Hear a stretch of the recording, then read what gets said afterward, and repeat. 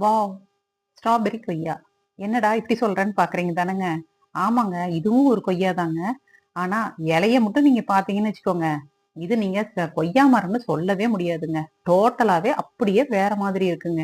ஆனா, கொய்யாப்பழம் வந்து இது கொய்யாப்பழம் மாரி தாங்க இருக்கும்.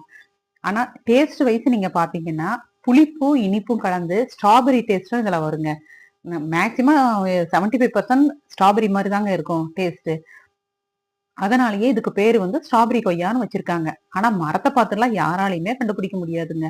ஆனா கொத்து கொத்தா காய் வருங்க. ஆனா காயில வந்து நம்மளுக்கா, பறவைக்கான்னு ஒரு பெரிய போராட்டம் நடக்குங்க.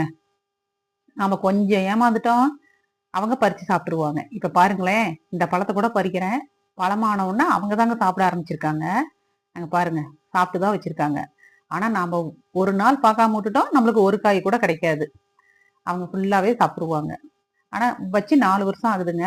ஆனா 1 வருஷத்துலருந்தே ஈல்டு வந்துருச்சுங்க.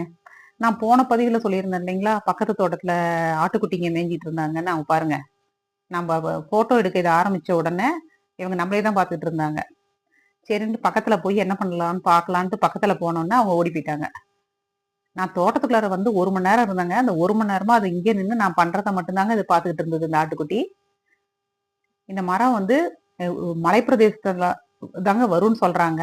ஆனா, நம்பளுமே நாங்க தென்னை மரத்துக்கு நடுவுல வச்சிருக்கனால, அந்த கிளைமேட்டுக்கு நல்லா வருதுங்க. நீங்களும் உங்க வீட்ல ட்ரை பண்ணி பாருங்கங்க. இந்த வீடியோ உங்களுக்கு பிடிச்சிருந்தா சப்ஸ்கிரைப் பண்ணுங்க. ரொம்ப நன்றிங்க.